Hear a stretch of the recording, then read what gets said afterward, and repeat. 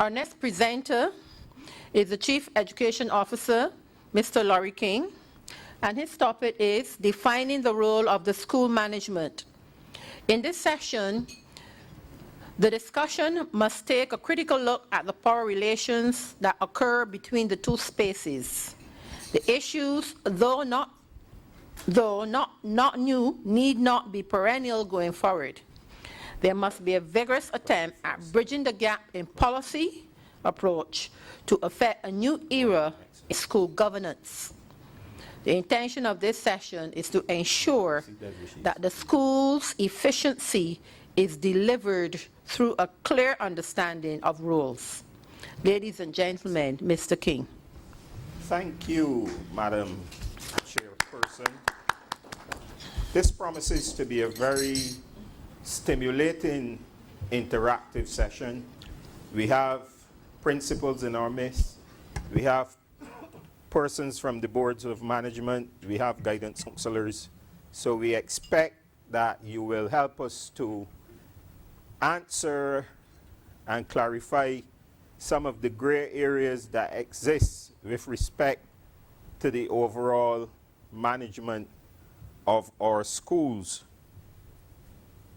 Over the last 2 decades, the nation's attention has again been riveted on education.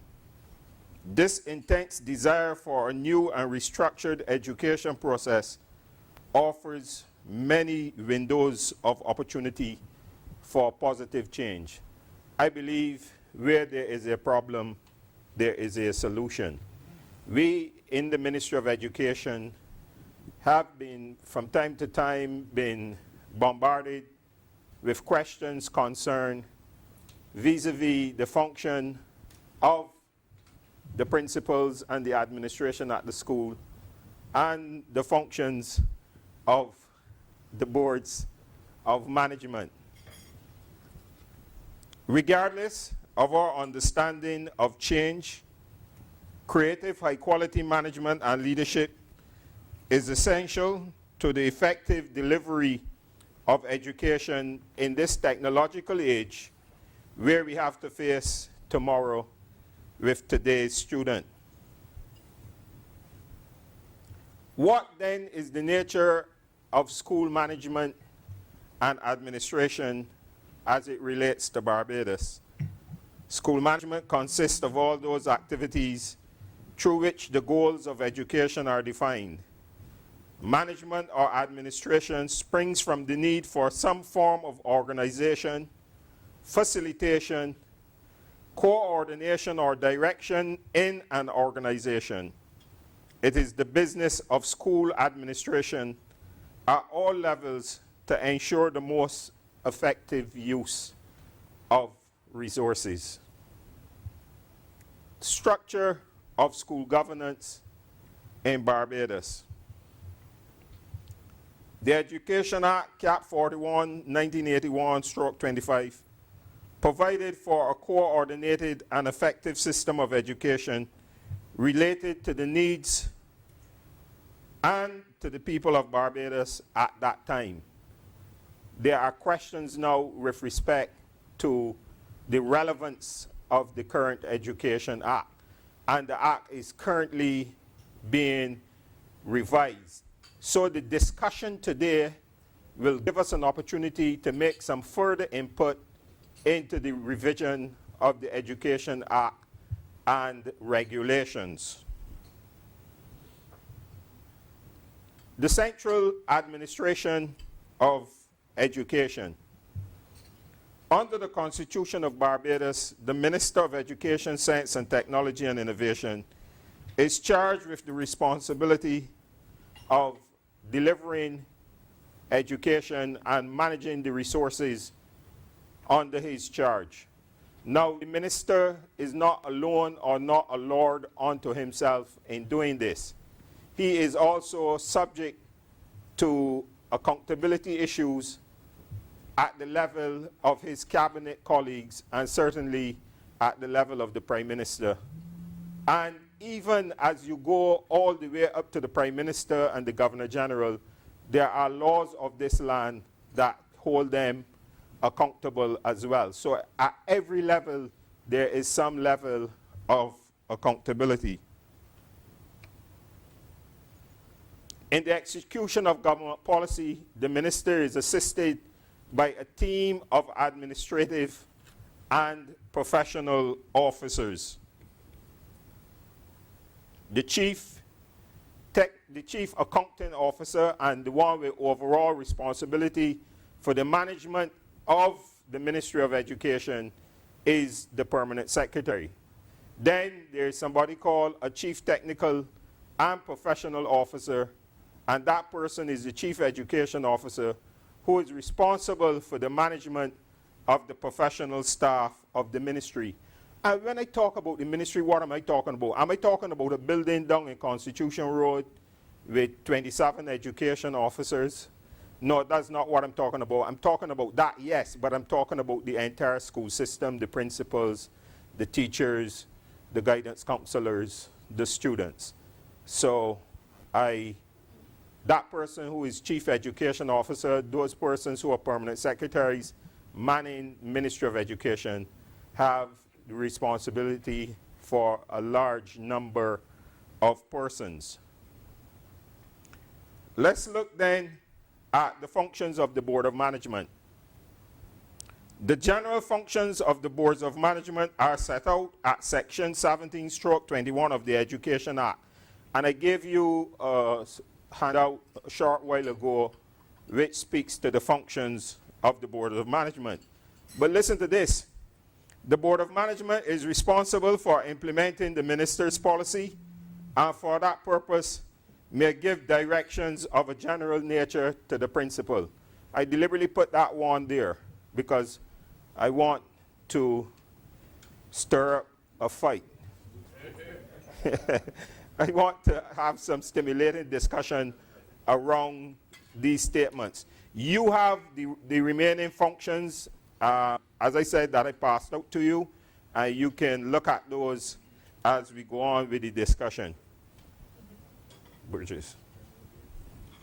Duties of the principal are captured at Part 315/18 of the Education Regulations. Every principal must determine the program of each pupil. He is subject or she is subject to the policy of the minister and the general direction of the board. And the general direction of the board. And it goes on to talk about the principals having control of the buildings.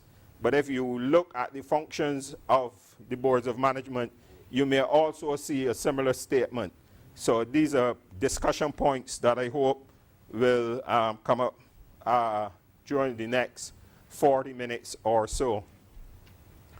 So I just wanted to give you a little 5-minute background so that we can get into the meat of the discussion, and I've been told to keep it short, and I did exactly that. The meaning of change will always be new because it is a human endeavor that is perpetually dynamic. Educational change has meaning because it pursues moral purpose and does so by bringing best knowledge to bear on critical issues of the day. Above all, when it works, it does so because it motivates 1 million change agents to find meaning in collective action to improve humankind. Meaningful work, action-based, is never finished. One could spend a lifetime. Now, what we want to do for the next half an hour or so is to have some discussion, and I just want to raise a question. Is everyone comfortable and clear with respect to their roles in terms of school governance? The boards, the principals, guidance counselors, is everyone clear? If not, tell us your areas of concern and tell us how best you believe, Noveline, that we can address some of these pressing issues that reach my desk every day. And I'm not going to talk, not from you, and I'm not going to talk of anyone, but certainly there is obviously a number of gray areas, and it presents challenges for the management of schools in terms of who is responsible. Can boards of management or chairmen of boards of management come on a school compound at any time? Are they getting too close in terms of the day-to-day management of the school? Is the principal being obnoxious in terms and snobbish in terms of his or her relationship with the boards? Must a principal attend a board meeting? Can a principal simply send a report to the board meeting and that would suffice? These are some of the issues that we want to discuss that reach us every day. Who is responsible for the secretary-treasurer? Who is responsible for the management of the finances? Can the principal determine that the school needs a piece of equipment and that piece of equipment should be bought under the direction of the principal? Or does the principal have to depend on the secretary-treasurer to determine the physical needs of the school? These are just a few of the things that reach us every day. Mr. London. Thank you, sir. I want to start off by saying that I want to stand. Mr. Laurie is very familiar with the Amla Parish School, and I try not to be controversial in any way, form or fashion, but my belief, and having sat at meetings and heard principals speak, I get the impression, even in sitting in my own board meetings, that the principals seem to have a problem with the board in that they see the board, in a sense, as interfering in the work of the principal. And although, you know, we have said to the principal on more than one occasion, we are not here to tell you how to do your job. We are here to help. But in trying to help, it seems as though there's this feeling that the board has come to dictate to the principal how he shall manage the affairs of the school. Now, things come up to the board, and the board is asked to deal with matters. I think I know fairly well what the role of the board is. But do the teachers know the role of the board? Because we get things coming to us that, you know, conflict between teachers, conflict between the principal and its teachers, about the management of the school. Those things come to the board and therefore refer them to the Ministry of Education.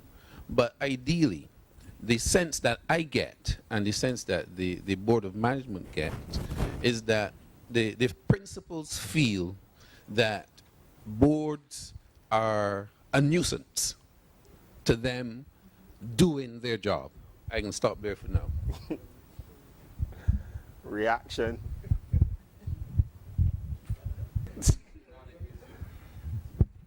Sir, I will say, and from my experience, I've always had good, cordial relationships with the boards that I've worked with.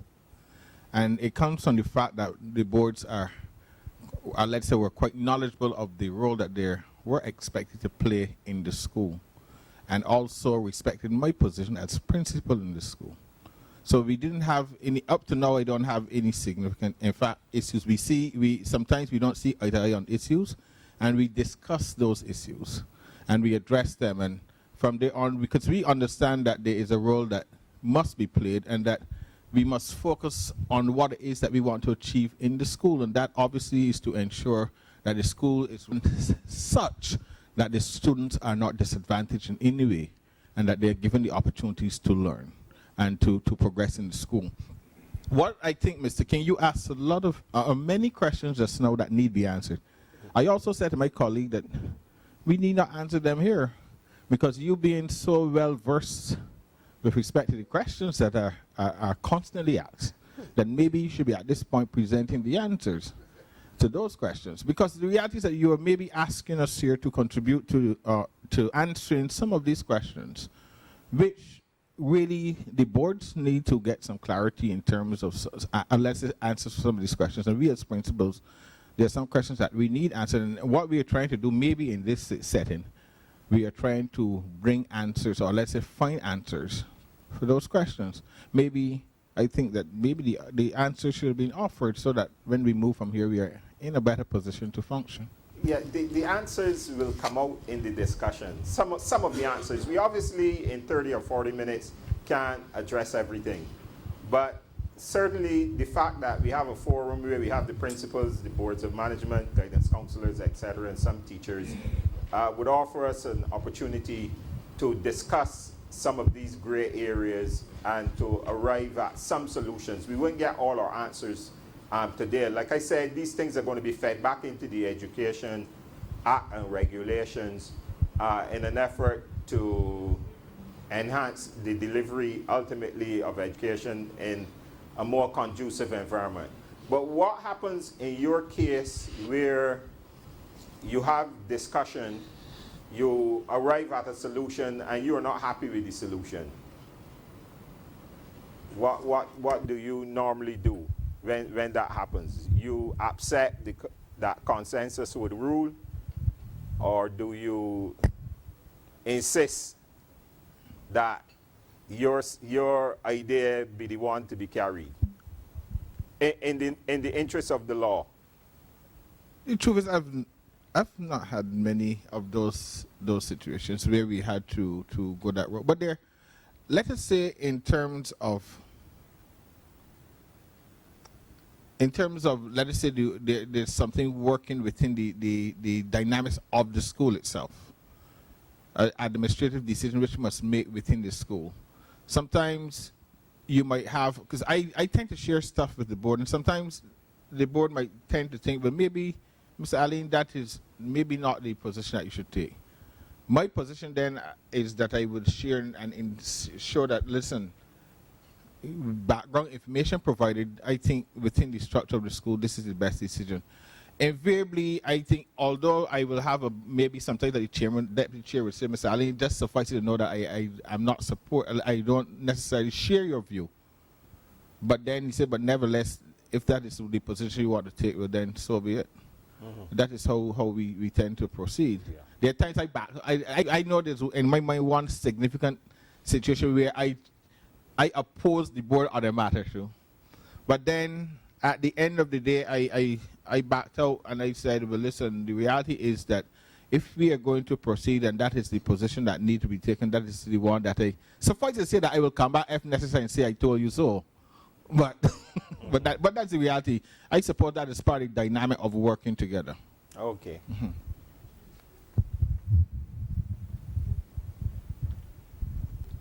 What I have recognized in my short time that some of the principals see the board as intruders, and what I have seen worked in my situation, in our situation, is that having sat and had something heated but good discussions, we recognize that from a private sector setting, we need to understand the educational or the public system, right? And then the principals also should understand that we are here to help as opposed to dictate. And after time passed, we recognize that there were a lot that we all learned from each other. Case in point, if you look at under the section where the board is responsible for, say, the secretary, treasurer, administrative staff, clerical staff, guardians, etc., when there's a problem, it is hurriedly sent to the board. You deal with that. But then when they have teacher issues, right, somehow the principals might try to go easy or reluctant to bring those issues to the table where that we can also help. right? So I believe that in terms of getting out, we can start fragmenting the system, see each other as co-workers to improve the system. Hence, we all can make a better system. I can say at Lester Vaughan, the board and the school, I would say, and the It teachers. might be best, though, if we try hard not to Call? mention schools. I Okay. was to say that when Mr. London was making his presentation, right. just speak generally Well, I'm sorry. for identifying schools. Well, I apologize. Yeah, no problem. Right. I can say that from my short tenure there, that just we are all working together to bring about growth and improvement to the system, right? And in that way, going forward, I believe that by putting systems in place and working together from a private sector and a public sector and blending of skill set, the system can improve. Right? Okay. Here. All right, Noveline, then Mr. Perry. Thank you. I am one that believe that training of board members. Sorry. I am one that believe that training of board members is an imperative. Lots of us walk around Barbados and then these responsibilities are thrust upon us. And in many cases, we don't have an inkling of what is expected. And I always cite the credit union model as an excellent model where you get to sit on committees and boards and there is training provided. Training in corporate governance, which will help to define the roles of all the stakeholders in the system. And that is something that we need to look at. Training in interpreting the act. It's all well and good to send me an act, but I take it up and I read it. A few of the statutes and clauses I might remember, but do I really understand them? Can I interpret them? And these are some of the things that I think that have to be done in preparing members for higher office. You say not to mention the schools. The two schools that I was at previously, I saw to do that. There were lawyers on the boards, and I asked them to help us interpret the act, although sometimes you get 10 lawyers in a room and they give you 10 different interpretations, but at least you get some guidance in what is the basic meaning and intent of the rule of law. But training is critical, and that is something that we cannot overlook any further. Yeah. Thanks. I think that's a very important point, the whole business of training. And perhaps coming out of this experience, we will probably have to design a training package for prospective and board members, because I think Mr. Aline also hinted at it indirectly. There are a number of gray areas.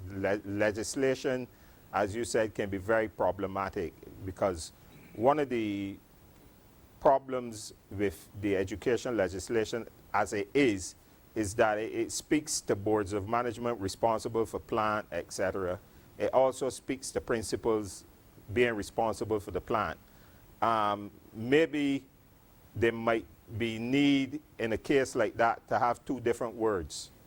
One word to describe the role of the board of management in terms of their responsibility, and another word, I don't know what it is right now, that describes the responsibility of the principal who is on the plant from a day-to-day basis. But I take your suggestion on board as one to take away from this session with respect to training for prospective board members. And I think in that training, the principals should also be present, so that they are all on the same page with respect to how to execute the mandate. Somebody else. Yes. Mr. Perry. Taking the last point you made first, I will suggest that you perhaps use school to determine what the principals do and plant to determine what the boards do, just on the slide. But I think the real issue is to get some structure into the system. There must be a recognition of a hierarchical structure, because we recognize that, one, everything eventually leads to the chief education officer or eventually the minister. But to get there, there must be some steps taken. And one must recognize either A, that the principal is higher in the hierarchical structure than the board, or the board is higher than the principal. Once you can establish that dynamic, you would know then how to proceed. The principal can take a position, and when that is not resolved, you say, well, good, that goes to the board. And when it goes to the board, it is now a step above the principal. In the trade unions, we've done that. There's a process when you started within the school and there was an issue. You try to resolve it at the level of the principal. You recognize the board as the next step in that structure. You try to resolve issues then at the board. And when it's not done, then you go beyond that to the chief and the minister and the prime minister, or wherever you go. But the point remains that I think everyone must understand, and this is where we have, where those demarcations occur. I don't think it's I don't think it's whether you recognize the plant or not. It is when an issue has passed one area and it goes into another area that we have to define. And I think that's perhaps by structuring from way up, so everyone knows that a teacher is the law order within the system. We take it to the principal take it to the board, or the teacher take it to the board and take it to the principal if the principal is perceived to be above the board. I don't mind how we do it, but there must be those steps that one can understand. I think, Mr. Perry, that you hit at the heart of the problem. I don't know that the solution is necessarily an easy one to come up with when you look at the hierarchical arrangement. Yeah, the Act speaks to the Board of Management as being responsible to the minister for the overall management of the school. But then you have the principal, who is the chief instructional leader, who is on the plant on a day-to-day basis. I think school management is slightly different to management in the industrial setting. And so you have problems that the principal as a pedagogue has a better understanding and handle on those problems more so than usually the board, because except in instances where boards have membership who would have been teachers themselves and things of that nature, and that is not always the case. I'm not saying that you have to be a teacher, have to have been a teacher in order to manage the board, but it certainly would help in instances where there's this grayness and where there's a lack of understanding in terms of procedure. Mr. Parks. I want to take up a point then made by Noveline, because the credit union is a very interesting point from which to start. You have your structure, you have your management, your workers within the credit union, and then you have your board of directors.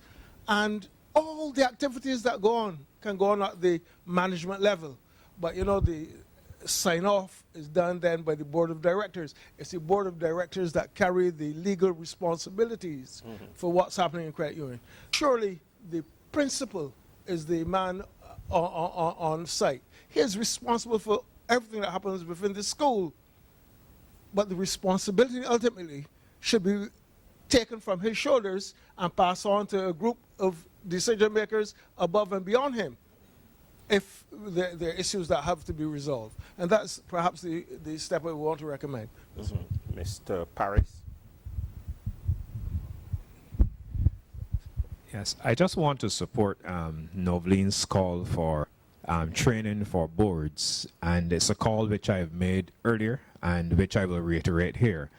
It is absolutely essential that all boards once appointed ought to go through some period of training and familiarization with what is expected of them in this educational endeavor. I would also want to say that every board, and certainly every chairman of a board who is appointed to any school, ought to take cognizance of the culture and the traditions of that particular school. Those things cannot be ignored at all. you ignore them, and you will find that you can ignore them to your peril. There are schools that have great and long traditions, and they must be respected by any incoming chairman. There are features that are prominent in any school year in any school, and when a board comes on stream, or when a new chairman takes over, that chairman ought to recognize that these are important things in this particular school, and must be a part. The board must feature in some ways in these particular things as well. One thing I believe that I heard in a comment a little earlier about teacher matters being taken to the board, etc., that ought to be dealt with, is that anytime if a teacher has to write something to the board, it ought to be going through the principal. No teacher should be writing straight to the board. You have a matter to refer to the board, it should go through the principal, just as though you want to refer something to the ministry. As a teacher, usually, it goes through the principal to the ministry. So the same should obtain when teachers are forwarding information to the board for what particular action. We must recognize too, though, that in the same Education Act, that there are limitations in boards dealing with teaching personnel. There are some personnel that come under the direct aegis of the board, and they are spelled out in the Act, like the board staff and clerical staff and that type of worker. But there are some matters that go directly to the ministry personnel, either to the chief education officer or to the boss of the entire ministry, who's the permanent secretary. And so that there are matters that one would expect that would be referred within a school to one of those two persons within the ministry itself, and may not necessarily go to the board for action, may go to the board as a matter of courtesy for informing the board of these particular circumstances. But where you are requiring action, you can only require action from a source that can act. The board cannot act on certain matters relating to teaching personnel. You can act on matters relating to clerical staff and those other personnel. But so therefore, if a principal requires action dealing with a teacher for that matter, it has to go where action can be taken, and that would not be the board. Come through to me. Make the recommendation to me. Yeah.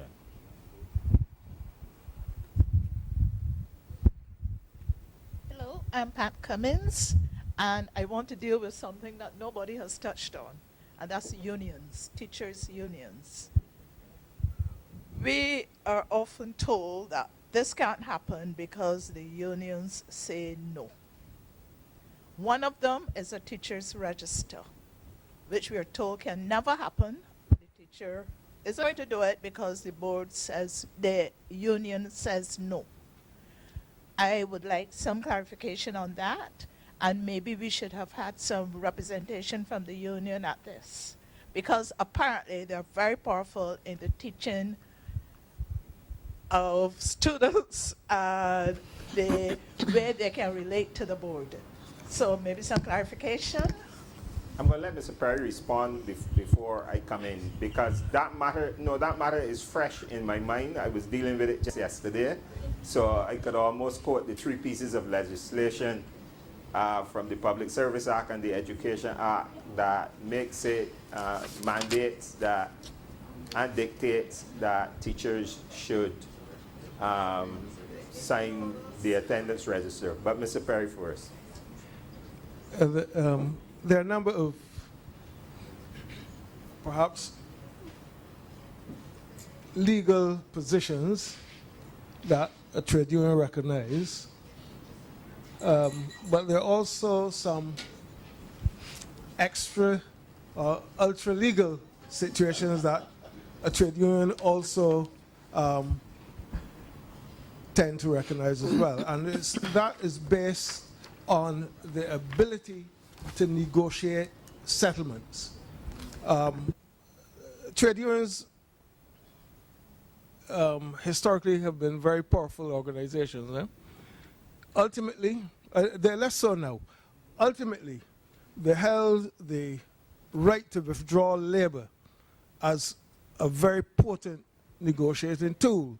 So many times when a settlement is reached in a dispute, certain situations become part of that settlement. Many of the settlements in Barbados, when it came to what teachers do, were then established in the customs and practices of the union and the members of the union at that time, and have continued as part of the common law, if you like, customs and practices of the union. So that when a union has established certain rights within a workplace, it is not easy to refer to the law or anything else and say these rights are now no longer relevant, because they're agreed and then they're worked on. One of the agreement that BSTU has reached over the years with the boards, not boards of management, they were called governing bodies of the time, was that the teachers did not have to sign when they come into the schools. And they have taken that condition into the schools today and continue to hold it. And that is the whole reason why BST, I'm not sure that happens for BUT teachers, but the teachers of BSTU, the secondary school teachers, have maintained that position from there. Yeah. But since that position has been established, if it was, I'm not even sure that it was established, but I'm going on what you said. There is the 2007 Public Service Act. There is 6C of the Education Act, Cap 41, which speaks to the fact that the principal is held responsible for making sure that attendance register is maintained at the school. So your pronouncement might have been surpassed and neutralized by the fact that we have two current acts which speak to the whole question of teachers of civil servants, because a teacher is first and foremost a civil servant, the 2007 Act, and then a teacher, the education regulations, they both speak to the fact. And I read it just yesterday, and I didn't see anything about any exemptions. So, you're right.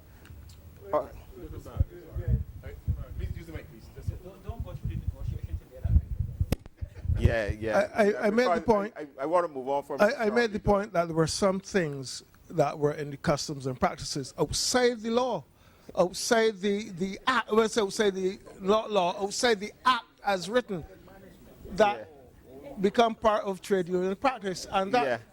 But now what the point I'm making? The law. Go ahead, though. The point I'm making is that these are things that were agreed and decided on before the acts were brought in, and you brought in the act without making any reference to try to bring the trade unions in line with what you were planning, so that what the trade union, the customs and practices would still remain. They would still remain. Yeah. All right.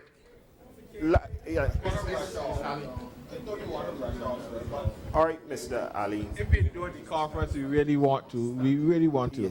No, the point I'm making, and I would want to refer again to really Mr. Perry's issue of the custom and practice. You see, we can amend the law in Parliament, but really we can't. It appears we can't amend the custom and practice. And the problem is customs and practices sometimes go against the grain of what you are looking to achieve as you attempt to go forward.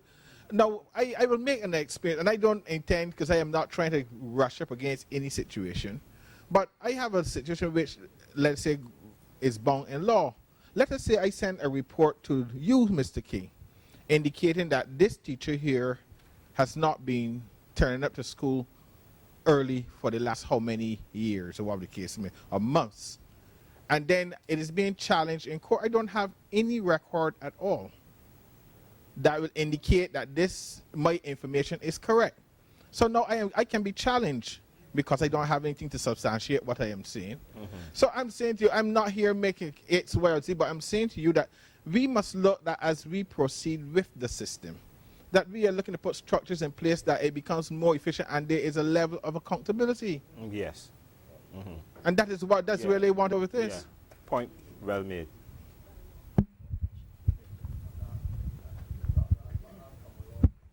I wanted to make the same point that the gentleman made.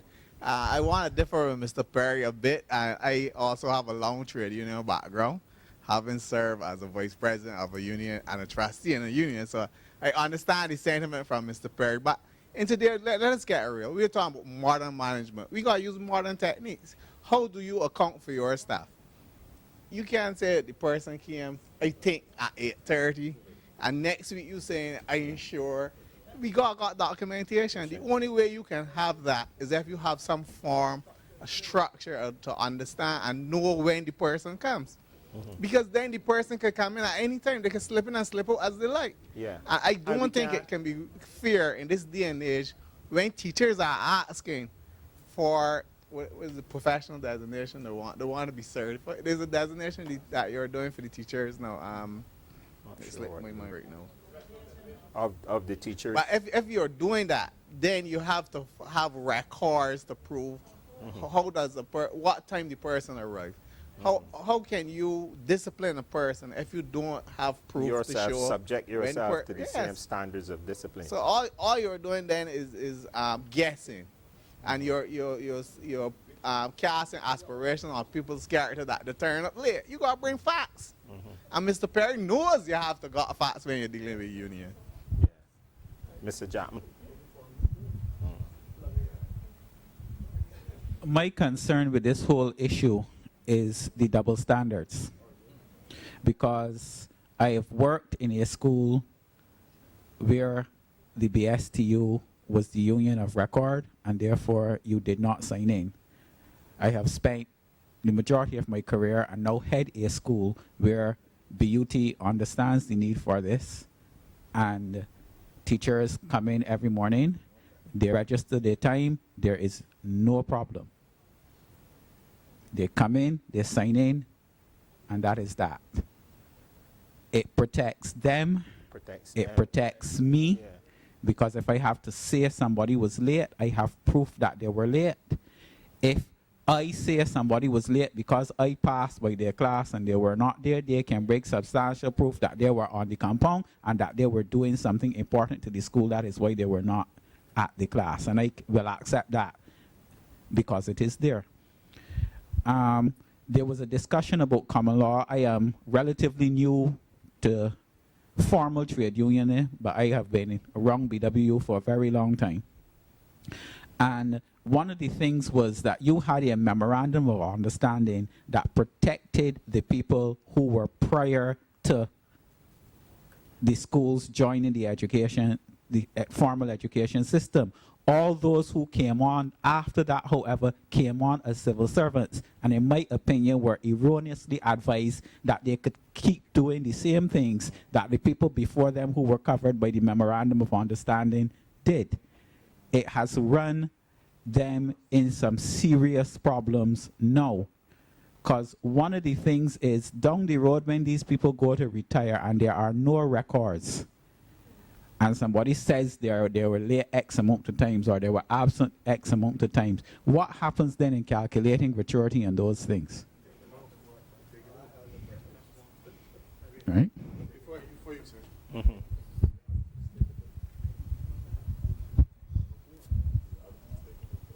Good afternoon. Saul Leacock, Vice President, Barbados Association of Guidance Counselor. I'm not here dealing with the issue of, I want to switch the gloves between the boards and the principal to the guidance counselor and the principal. Yeah, but that's the... First question is, I don't see anything about the duties of the guidance counselor mentioned here. That's number one. And number two, so that's one of the that's intentional or? That's one of the amendments going forward. Oh, amendment. Okay, great. And the second issue is what is done where there's a conflict between the principal and the guidance counselor in the context of the guidance counselor think that it is best in the best interest of a particular student's interest and welfare on an issue that may differ with the principal. What happens there? And then also I have an example where, not in my case, but where a guidance counselor wanted to report a matter of abuse to the child care board, and the principal said he would deal with it, but it wasn't reported to the child care board. On the first question, the principal is ultimately in charge of the school. He relies on the advice of the guidance counselor as well as the advice of other teachers. But he's not duty bound necessarily to act in accordance with the advice given by the guidance counselor. The relationship is such that we would expect that there would be discussion and that there would be a mutual agreement between the principal and the guidance counselor. But ultimately, the principal is the one who is going to be held responsible, and he can listen to the guidance counselor, and he can then take a decision to the contrary. The guidance counselor, yes, has the necessary expertise with respect to matters related to behavior and discipline and so on. So my guess is that in most circumstances, the principal would want to go with the guidance counselor. But I'm saying that in accordance with the law, the principal is ultimately the one who will be held ultimately responsible, and so he or she may take up a different position to the position advanced by the guidance counselor. Right?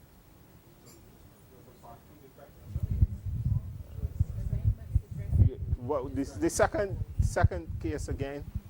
What was the? I'm not sure.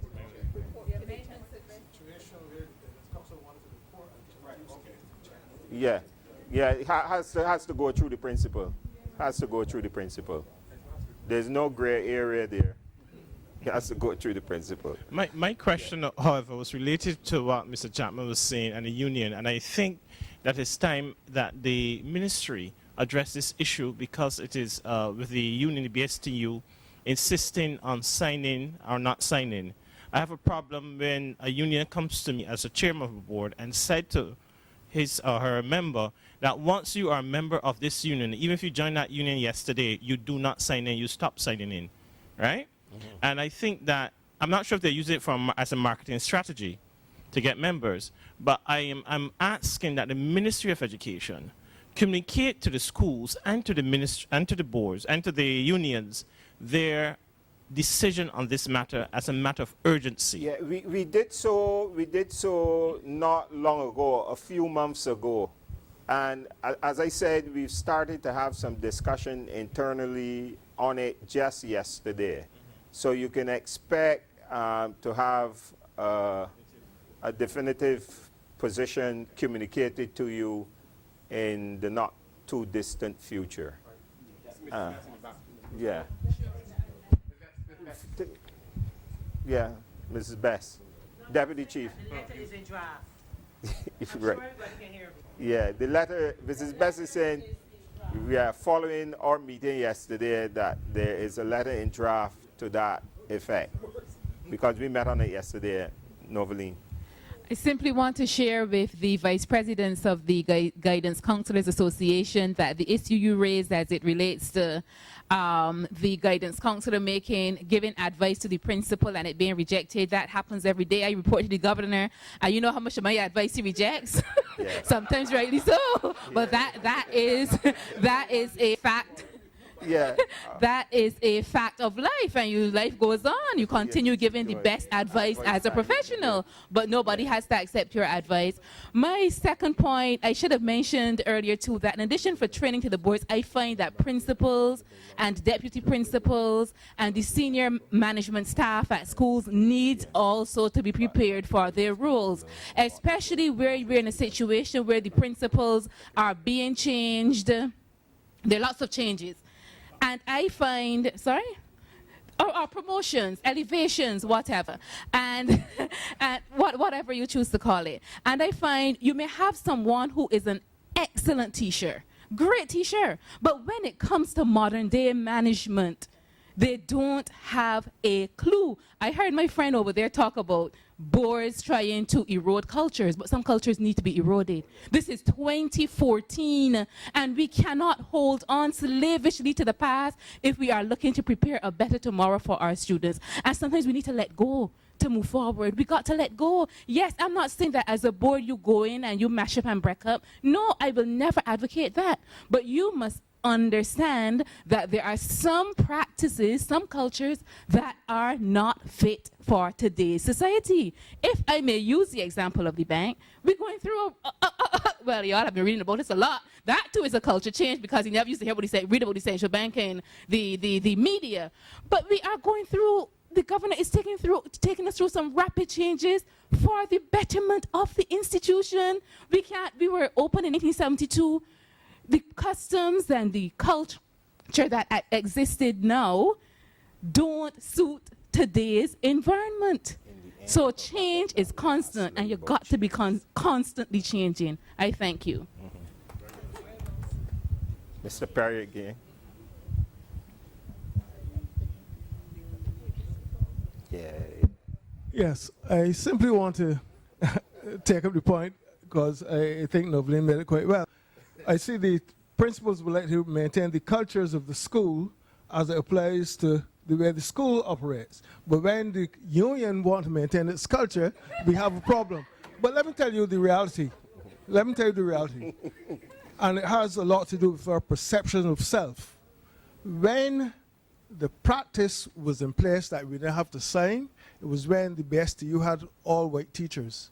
So the expectation of the integrity was something that we looked to. But now we have black teachers. The integrity question is one that principals got. Let's understand that teachers have integrity. And when they are expected, if you use your authority to say, well, good, this is where we work, that integrity will come forward as part of the culture and practice of the teachers. Sure. Our customs and practices based basically on the integrity of the individuals.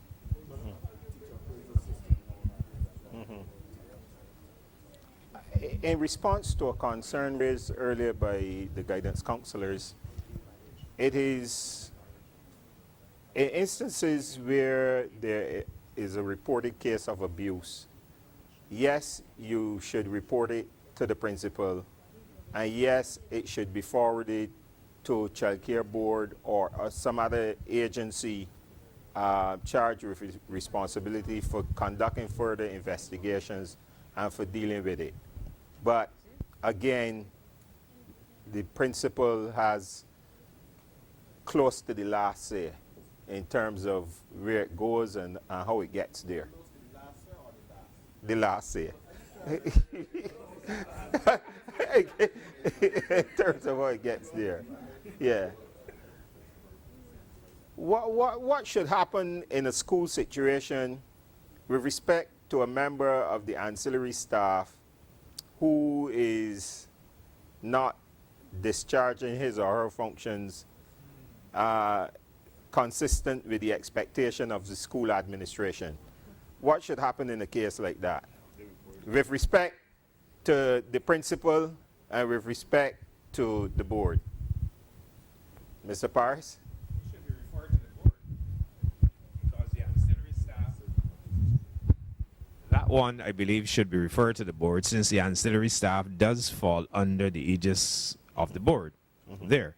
And if there are issues with the performance of that particular person, then if it is within the school and the principal recognizing that, the principal can refer that matter to the board, so that the board can intervene in such a matter, whether it is meeting with that ancillary staff person, meeting with that person's union, as the case may be, so that some kind of assistance can be given to that particular individual, some kind of some measures can be put in place to help that person reach the level of performance that is acceptable. But matters like ancillary staff persons, I think we read fairly clearly here in the same act that they come under that they come under the aegis of the board.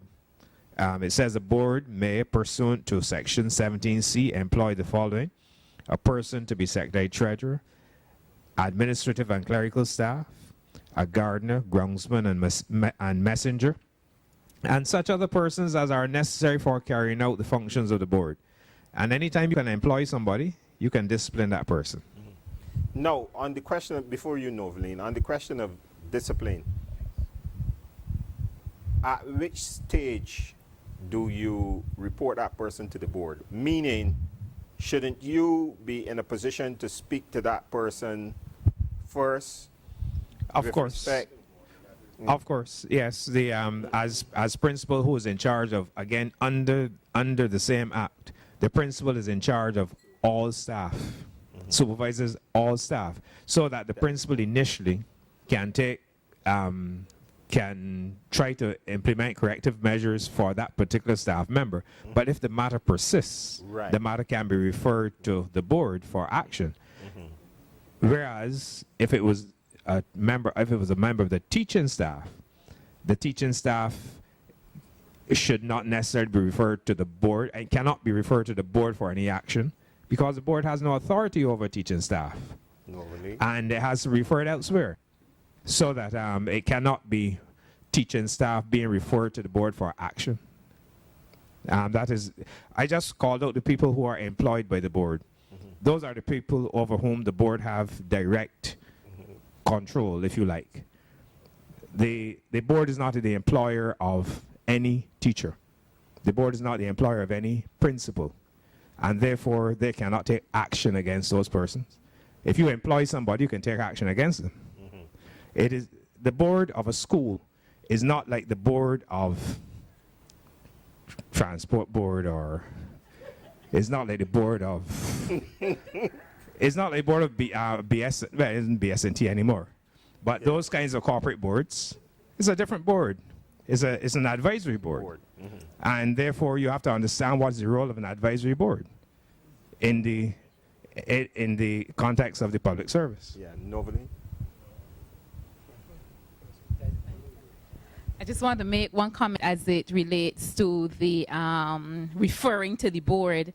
Let me say, don't just refer it to the board and come to talk, bring your documentation, because I find that's another issue we have in Barbados. We are afraid to document issues. and I guess I understand why we're a small society and we know each other, we've gone to school with each other, but in the absence of the proper documentation showing that you have gone through the correct process, and that is beyond law, that is a basic in management, the correct process, and come with your paper, your black and white, because at the end of the day, I, as a chairperson, I acting on black and white, not hearsay. I'm very sorry, and too many of us are afraid to do that. And one last question from me. I would like to find out when these amendments are going to be completed and how they're going to be cascaded down so we can digest them, etc., or if they're going to be done in our time at all. Yeah.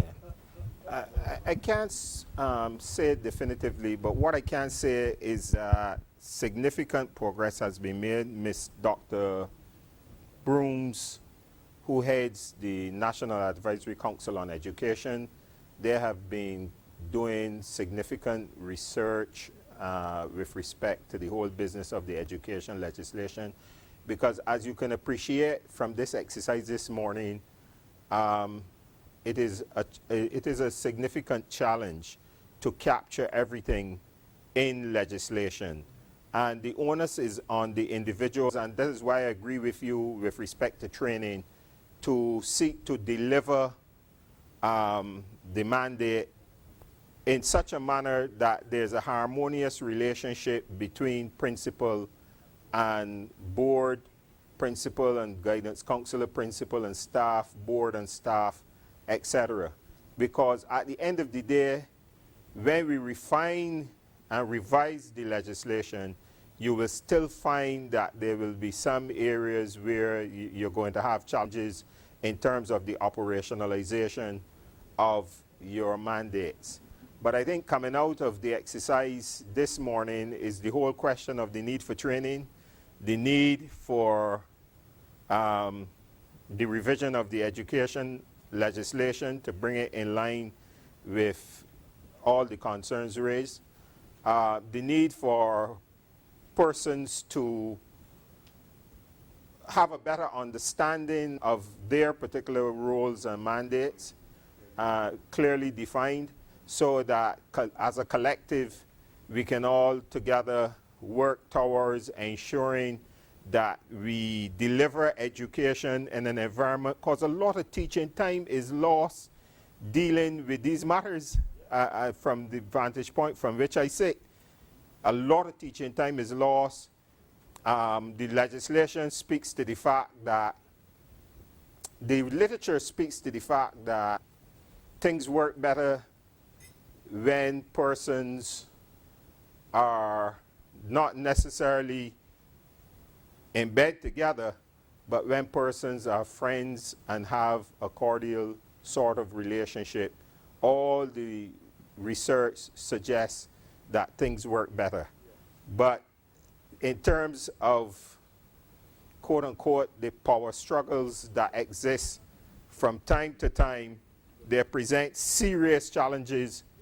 You get situations where progress can be stagnated because of sometimes some simple misunderstandings. So I urge you as boards and as principals and as teachers to seek to work together. And this is not about wielding power or anything of the sort. This is about understanding that all the stakeholders are keen to get on with the business of teaching and learning, are keen to ensure that our students benefit from the teaching and learning transaction, and are keen to ensure that education is delivered in an environment where there is peace, love, and tranquility, and not necessarily war. I leave with you the quote again. The boards of management of secondary schools are not advisory boards. And two, we might be misguided into thinking that boards do not deal with matters pertaining to teachers. Boards have to, at some stage, deal with matters pertaining to teachers. When we send out ads for teachers, we don't ask them to send the ad to the principal. They are sent to the board of management. Now, we might not discipline teachers. We might refer that discipline matter to the chief education officer. So I don't want board members to think that you have nothing to do at all with teachers. That would be totally misguided. And secondly, our role as boards of management are not advisory roles as the principal was trying to indicate. Yeah. We have a profound role to play in the management of schools in this island. Yeah. And it's not an advisory role. All right. Which is totally different. Thanks very much. But and I'm not going to report, Mr. Parks. From my point, that the boards have no authority over the teachers and staff. Yeah. And, all right. that must be very clear. Yeah. And when you refer to the advisory role, look at the education advocacy across of the advisory board. All right. That is another. All right. I'm wrapping up. I was almost finished wrapping up, and you can continue the discussion after, right? But even that is a point of contention, and it's something that has to be addressed. And I heard my friend here saying we are boards of management. Maybe we may also need to look at the whole question of the labeling in terms. I'm just saying that. I'm not getting into anything. I'm just saying that even the labeling is something that we might have to look at. But advisory, regulatory, whatever, that also needs to be clarified. So I want to again leave with you by Michael Fullen.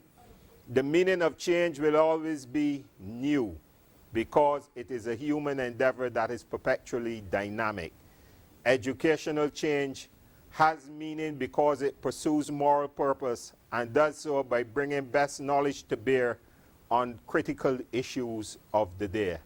Above all, when it works, it does so because it motivates a million change agents to find meaning in collective action to improve humankind. I thank you all, and we will continue at some other point in time the discussions relevant to the relationship between those factors that impact on the governance of school. I thank you. Thank you very much, Mr. King.